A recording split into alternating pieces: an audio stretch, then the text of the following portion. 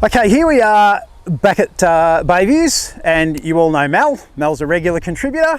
Mel's actually a remote coaching client because Mel works a few hours out of Melbourne and we don't get to see each other very often, except on the odd occasion you come down to Melbourne. So the last time I saw you, we were thinking of your driver and we were getting you to release a little bit earlier. How did that go after the lesson? It certainly helped a lot with my irons. Still working on the driver. As the longer the shafts, the more I'm finding it difficult. But yeah, certainly I think, you know, some of the things you told me to do up there has worked really well.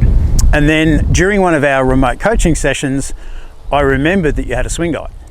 I do. So one of the best training aids, not supported, not sponsored. I don't sell them. Great training aid. What happened from the moment you put the Swingyde on?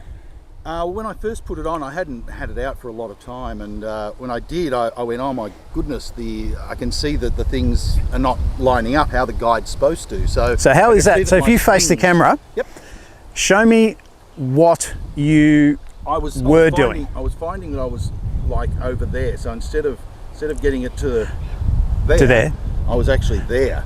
So do you know what most people say? What? Oh, the Swingyde's in the wrong position. But it's not. No. So the beauty of the Swingyde is it gives you instant feedback. It's either in the right position or it's not. So what did you do? So face that way again.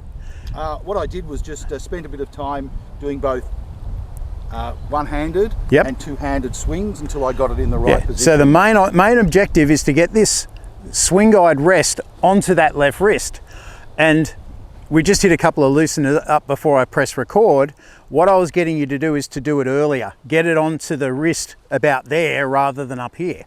And what happened the moment you did that? The compression of the ball was much better, and yeah, the strike was really good actually with a slight draw. Started drawing. Okay, let's see you hit one. Okay.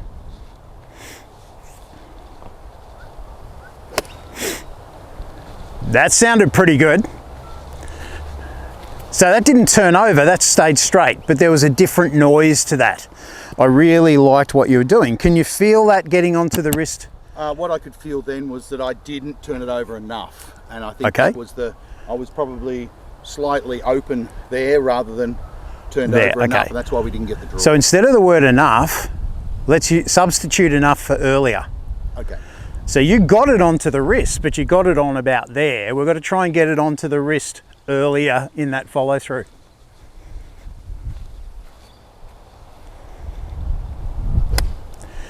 Now that is a golf shot. You can hear the different sound. You compress the ball, the club hit slightly down on it, and the ball had a beautiful draw. So that's really the feeling. So probably the next step, if anything, you didn't draw it too much, just started a fraction left. All I would get you to do when that was happening quite consistently is might even get an alignment stick down and just get you to focus on swinging out to the right a little as you do it.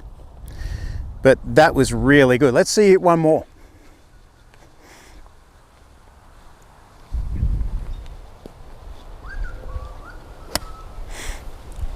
What a beautiful golf shot.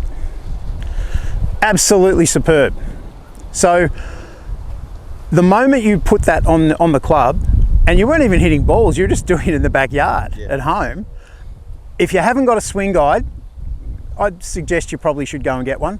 I've had that Swingyde for about 20 years and I use it regularly. So it's a simple thing to do. What I like about it is it gives you instant feedback. It's either on your wrist or it isn't. And if it isn't, you've just got to work on the feel of getting it on there earlier. That's fantastic. So just keep doing that and we'll see what happens over the next few weeks. Sounds great. If you're interested in the remote coaching program, I'm going to put a link in the description of this video and you can join it. So for $65 a month, you get to have online coaching with me. I'm not going to change much. I'll change what I need to change to ultimately give you the best score you can get. So if you want to improve your golf, I'm going to put another link to a video just up there that I know is going to help improve your golf.